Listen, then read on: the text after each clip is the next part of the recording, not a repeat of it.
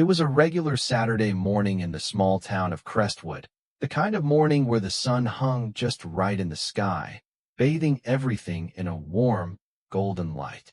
You know, the kind of light that almost tricks you into thinking everything is right in the world.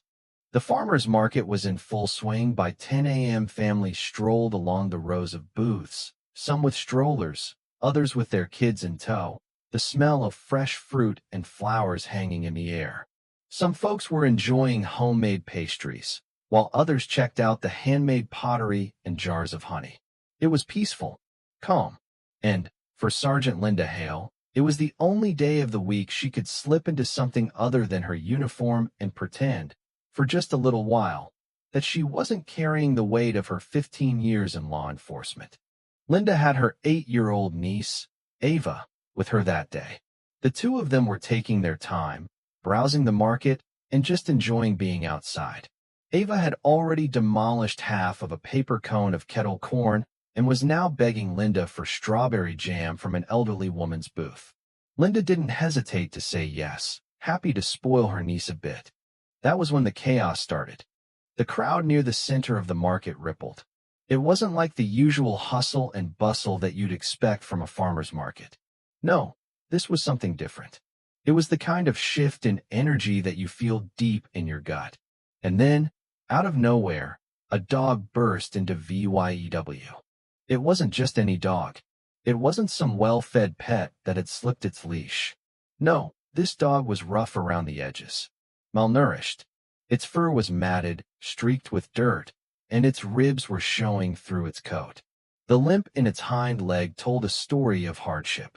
Linda's first instinct was to think it was just a stray, running wild through the market. But as the dog weaved through the crowd, dodging people with surprising precision, something caught her attention. The way the dog moved, there was intelligence in its eyes. It wasn't panicked. It wasn't rabid. No, it had a purpose, and it was heading somewhere. Vendors screamed as the dog barreled through their booths, sending oranges rolling across the ground, and a little boy crying as his juice box hit the pavement. Linda instinctively pulled Ava behind her, her hand reaching for her SARE VYC weapon, only to remember she wasn't wearing her uniform today. That wasn't the point. The dog didn't stop at the first row of booths. It kept going, cutting through the market with focus. It wasn't interested in the food or the people. It was on a mission. Linda's heart picked up its pace. She didn't know why, but she had this gut feeling that this wasn't a normal situation. And then, near the edge of the picnic area, the dog skidded to a halt.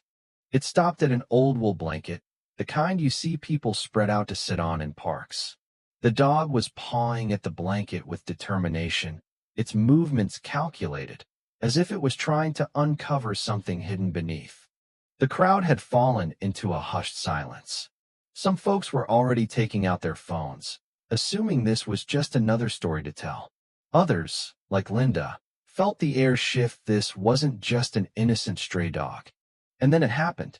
The dog tugged at the blanket one final time, revealing what it had been searching for: a bundle wrapped in dark fabric. The dog dragged it into the sunlight, sat back, and watched. Its eyes never left Linda. It had done its job. "What is that?" Ava whispered, her voice barely audible. Linda didn't answer right away. She stepped forward, her instincts as a cop kicking in, her mind already working to piece this together. She knelt beside the bundle and slowly, carefully, unwrapped it. What she found took her breath away. A child's phone case, cracked at the corner, a small white sandal with a broken buckle, and a purple plastic hairbrush, strands of blonde hair tangled in the bristles. The air around them went still. It wasn't just the silence of the market. No, this was something heavier, something that made Linda's heart drop into her stomach. Someone gasped. Another woman cursed under her breath. And even the musicians, who'd been playing their cheerful tunes, stopped mid-song. The stray dog didn't move. It stayed sitting by the bundle, its eyes never leaving Linda, as if to say, "You see this? You need to understand." Linda stood up, holding the sandal in her hand. "Does anyone recognize this stuff?" "Who is sitting here?" she called out. The crowd exchanged uncertain glances, but no one spoke. And then, a vendor, an older woman in her 50s, stepped forward. She described a young couple who had been sitting there just a little while ago. They'd been acting odd tense, like they were arguing. And when the band had started up again, they'd packed up quickly and left. Did they have a child? Linda asked, already sensing where this might go. The vendor shook her head. No, just the two of them. But now that you mention it, the girl kept looking around like she was nervous. And the guy kept that duffel bag close, wouldn't even set it down. Linda's mind was already running ahead, calculating timelines. That's when an elderly man spoke up, his granddaughter tugging at his sleeve. "That's Sandal," he said, his voice slow and deliberate. "My granddaughter goes to school with a girl named Mia. She always wears shoes like that. White sandals with buckles. Mia Barnes." Linda's heart skipped a beat. She quickly dialed dispatch, her voice cutting through the air with authority. "We have a possible match on a missing child. I need a search team at the market now." The dispatcher responded quickly, confirming that Mia Barnes, a 9-year-old girl, had been reported missing the previous evening. The pieces were starting to fit. And just then, the stray dog, now named Shadow by some of the onlookers, stood up and began to bark. It wasn't random barking. No, this was a clear, sharp sound urgent. The dog was trying to tell Linda something. Linda followed the dog, stepping into the alley behind the market. The dog led her straight to an abandoned delivery truck, one that looked out of place. Something about it seemed off. The dog pawed at the rear doors, whimpering. And that's when Linda knew they were on the right path. She called for backup, and soon, officers arrived. They cut the padlock on the truck's doors and opened them. What they found inside confirmed their worst fears. The space was filled with items that could only belong to a child: ropes, duct tape, a pink jacket, and a purple backpack.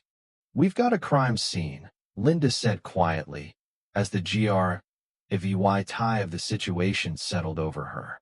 But the dog wasn't done. It led them to a nearby warehouse, its BHVY, or even more frantic. Linda could feel it. Whatever the dog had found, they weren't finished yet. They reached the warehouse, and there, in the dim light, was a small figure huddled in the corner. Mia Barnes was alive, though shaken and dehydrated. When Mia saw the dog, her face lit up with recognition. "Shadow," she cried, wrapping her arms around the stray. Mia's story came out in fragments. She had been grabbed the night before, brought to the warehouse, and left there while her captor figured out what to do next. Shadow, it turned out, had found her early that morning, and Mia had dropped her shoe, hoping someone would notice. And someone did. Shadow had returned, determined to save her. The investigation that followed led to the arrest of Mia's kidnapper, a drifter named Robert Hayes, who was obsessed with creating a family. But the real hero of the day was Shadow, the stray dog who had led them to Mia and saved her life. By the end of the day, Mia's family had officially adopted Shadow, and the dog became a local hero. Linda, standing in the hospital hallway, watched as Mia's parents thanked Shadow for saving their daughter.